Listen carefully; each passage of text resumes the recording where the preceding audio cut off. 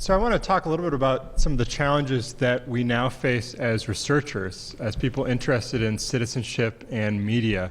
Randy and Devon have already talked a little bit about the kinds of media changes. So those changes are not only changing young people's experience of news, but are going to have to change the process by which we study how they interact with news and what it means to them as citizens. So let me talk a little bit about that.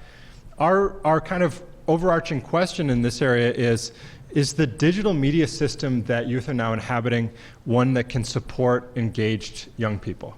And I think that's a major theme of this center as well. And I want to begin by offering a little bit of optimistic data, which is that a good majority of millennials get news daily. At least they tell us that they do it, and we can talk a little about that. Facebook is now far and away the #1 source for news. When you survey millennials and you ask them about their news experience and where they got it, Facebook is #1 now by a fair margin, and it's followed by some other web sources like Google News and Yahoo News and spaces like that. Social media, though, and we've presented these different areas of parents and peers and school as somewhat separate, but social media is a place where that is no longer a tenable distinction, because within social media, those places come together. You obviously are interacting with your peers, and so what they share or care about matters.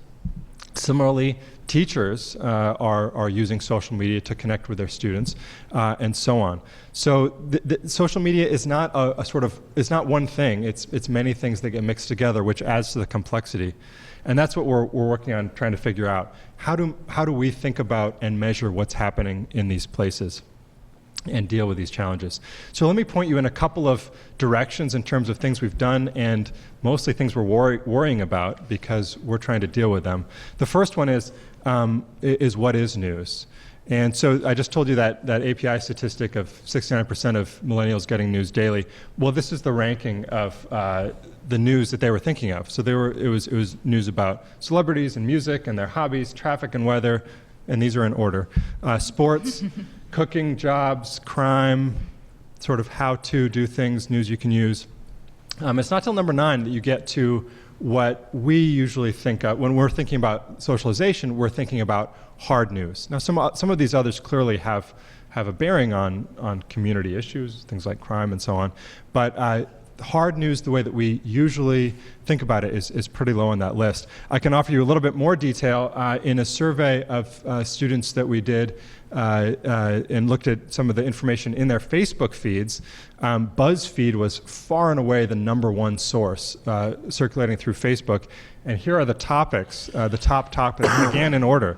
So it was led with the whitest things that have ever happened, followed by signs that you've got a goldfish problem, midterm problems, Miley Cyrus problems, and then we get down to the government shutdown, which was going on at the time.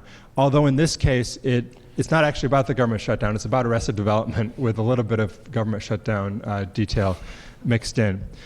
So my point with these sort of factoids is what is news is, at least when you ask people about it, is a complex melange of different kinds of information. It's not always clear what it is that we're getting. To go a little bit further, the issue of unbundling is complete in social media. So when we think of the newspaper as a bundled media product, we mean it was literally bundled in a bag.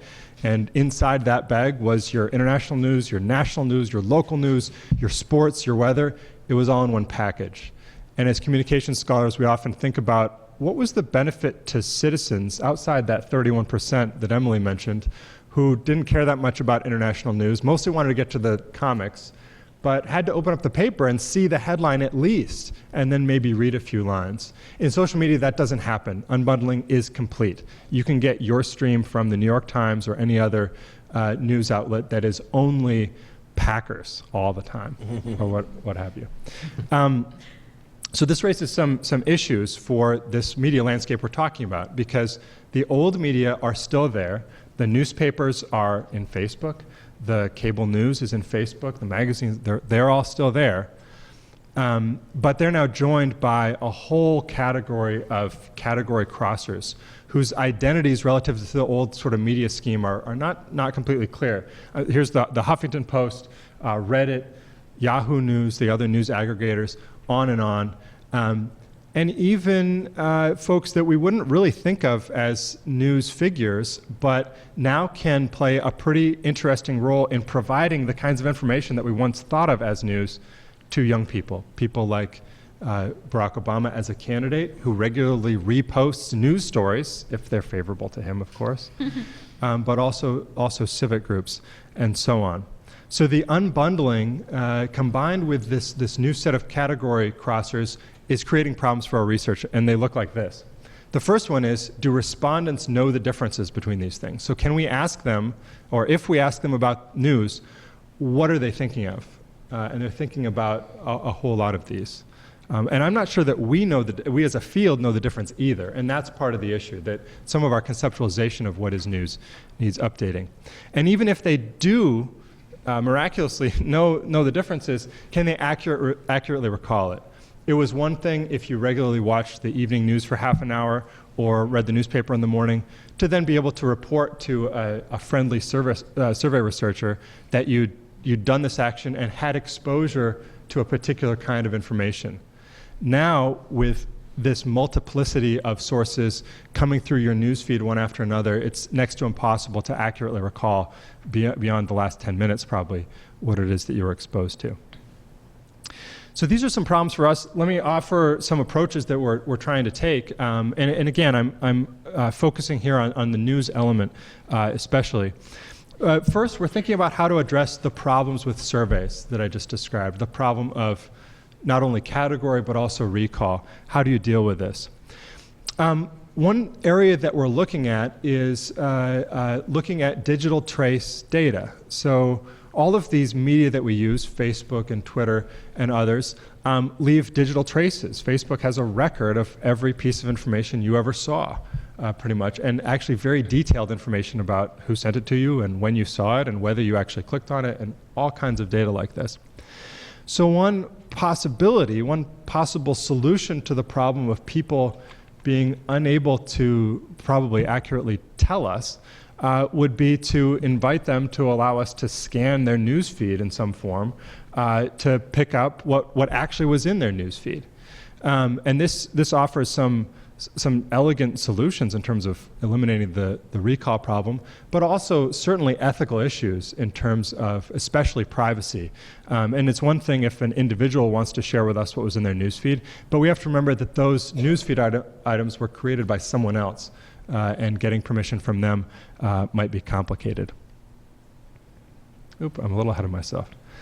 The other big issue that we need to think about on a more conceptual level is what is news now, and how we're going to deal with the problem that news can flow over many different channels. It can take many different forms and be about many different things, and some of the old definitions, as we just certainly saw among young people, are breaking down. So do we need to think about a more general understanding of the kind of information that citizens need, maybe call it civic information. And if we think about that, who can create it, and what does it look like, and what kinds of qualities does it have? And then finally, how are we going to know it when we see it, so that we can accurately measure who's getting information and where interventions might be useful in terms of providing citizens with better civic information. So thank you for listening to our presentation about our various fields here. As Randy mentioned at the beginning, this is an exciting area. There's a lot of very new things happening.